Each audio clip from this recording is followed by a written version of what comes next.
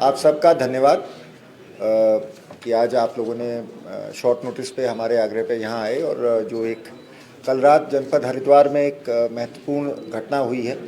उसके बारे में जो बेसिक अभी तक की हमारे पास जानकारी है वो आपसे साझा करनी थी। और साथ ही साथ में जो ये एक बड़ा सनसनीखेज हत्याकांड हुआ था नानक मत्ता में, अभी तक की हमारे पास जानकारी है वो 28 मार्च को। और तो इसके क्रम में जो अब तक हम लोग कार्रवाई कर पाए हैं और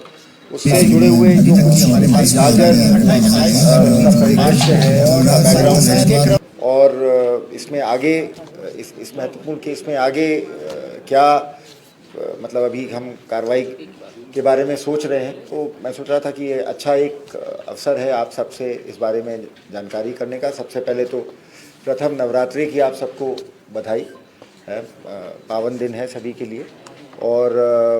दूसरा ये कि मतलब सबसे एट द वेरी आउटसेट मैं इस घटना में जो हमारी टीम शामिल थी, बहुत डिटेल में तो आपको हम प्रेस नोट दे देंगे, बहुत उसके बारे में बहुत बारीकी से लाइन बाय लाइन मेरा मतलब डिटेल देना ठीक नहीं होगा, बट मैं बस इतना ज़रूर कहना चाहूँगा कि ये बहुत बड़ी घटना थी जो 28 मार्च को हुई। हम सभी के लिए एक तरह से एक जिसे कहते हैं एक चुनौती थी, अंग्रेज़ी में जिसे कहते हैं एक वेकअप कॉल था कि हम लोगों, देखिए हम सभी का मानना है कि उत्तराखंड देवभूमि है, एक शांति प्रिय प्रदेश है, यहाँ उस तरीके का वातावरण नहीं है। लेकिन जिस तरह से सुबह 6:30 बजे एक डेरे में नानक मत्ता जैसे मेन गुरुद्वारे के बगल में एक डेरे में जाके उस डेरा एक वृद्ध थे, बुज़ुर्ग थे वो डेरा प्रमुख, और सुबह 6:30 बजे जिस तरह से उनकी निर्मम हत्या की गई, तो ये हमारे लिए एक तरह से चुनौती थी। और किसी ने उस दिन कहा भी था कि ये एक तरह से हमारे मुंह पे एक तमाचा था, उत्तराखंड पुलिस के मुंह पे। और आप जानते हैं कि अच्छी पुलिस की, देखिए किसी भी अच्छी प्रोफेशनल पुलिस फोर्स की पहचान इस बात से नहीं होती कि हर बड़ी घटना होने से रोक ले। अच्छी फोर्स की पहचान ये होती है कि बड़ी घटना होने के बाद सूझबूझ के साथ, हौसले के साथ, टीम भावना के साथ हम लोग कार्रवाई करें और फिर उस घटना का सही खुलासा करें। ये भी नहीं कि दबाव में आके हम लोग उसका गलत खुलासा करें, और सही खुलासा करें और सही अभियुक्त तक पहुँचे और जो जैसा जिसकी जैसी संलिप्तता है उसको वैसे अंजाम तक पहुँचाएं। ये एक अच्छे पुलिस फोर्स की, तो मुझे सबसे ज़्यादा तो इस बात की खुशी है कि इस पूरी घटना के बाद जो हम लोगों का इन्वेस्टिगेशन था उसमें निश्चित रूप से हमारे जनपद उधम सिंह नगर की पुलिस, हमारे जनपद हरिद्वार जहाँ पे ये घटना हुई वहाँ की पुलिस, और इन दोनों के बीच में जो सबसे अच्छा काम रहा कोऑर्डिनेशन का, हमारी एसटीएफ आयुष अग्रवाल यहाँ एसएसपी एसटीएफ मौजूद हैं इनके द्वारा, और लगातार मेरे साथ हमारे एडीजी लॉ एंड ऑर्डर मौजूद है अंशुमन साहब, इनका बहुत क्लोज सुपरविजन रहा, कोऑर्डिनेशन रहा। और तभी आप समझिए, क्योंकि जिस तरह से इस घटना के बारे में अभी तक जो षड्यंत्र निकल के आया है,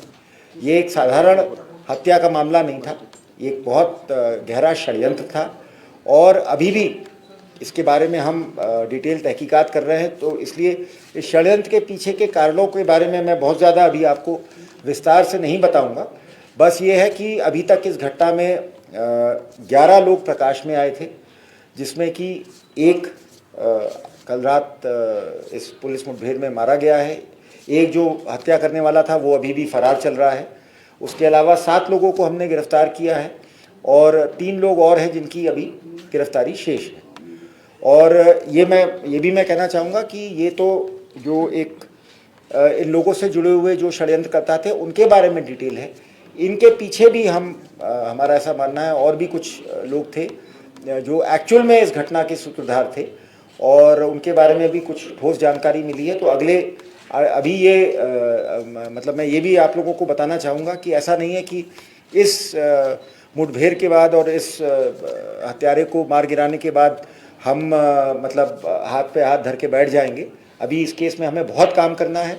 बहुत सारी लीड्स को इन्वेस्टिगेट करना है और कोशिश ये करनी है कि इस केस में जो हमारा इन्वेस्टिगेशन है और हमारी कार्रवाई है वो एक ऐसी नज़ीर बने कि आगे भी कोई इस प्रकार से बाहर के अपराधी या बाहर के ऑर्गेनाइज्ड क्रिमिनल्स हमारे प्रदेश में इस तरीके की सनसनीखेज घटना को अंजाम ना दे सके। तो ये मोटा मोटा मैंने बस बैकग्राउंड बता दिया। अब अगर घटना के बारे में आप लोगों को बेसिक जानकारी हम लोगों ने प्रेस नोट के माध्यम से दे दी है, तो उसको मेरे ख्याल से दोहराने की आवश्यकता नहीं है। लेकिन ये ज़रूर है कि मैं, और जब मैंने डीजी पद का कार्यभार संभाला था तो उस समय भी आप लोगों से बात हुई थी, तो आप में से कुछ लोगों ने कहा भी था कि पिछले कुछ दिनों से उत्तराखंड बाहर के अपराधियों की शरणस्थली बन गया है। जेल से कई सारे दुर्दांत अपराधी जो हैं वो अपना एक्सटॉर्शन का रैकेट चला रहे हैं। तो उस समय भी मैंने आप लोगों से एक बात कही थी और उसको मैं दोहराना चाहूँगा कि हम जो हमारे संभ्रांत नागरिक हैं, न्यायप्रिय नागरिक हैं, पर्यटक हैं, तीर्थयात्री हैं, उनके लिए हम अवश्य मित्र पुलिस थे, मित्र पुलिस हैं और मित्र पुलिस रहेंगे। लेकिन इस प्रकार के षड्यंत्रकारी, दुष्ट अपराधी, शूटर्स, पेशेवर जो किलर्स हैं, इनके लिए हम काल पुलिस बन के उभरेंगे, और जैसा कि इस ऑपरेशन ने दर्शाया है।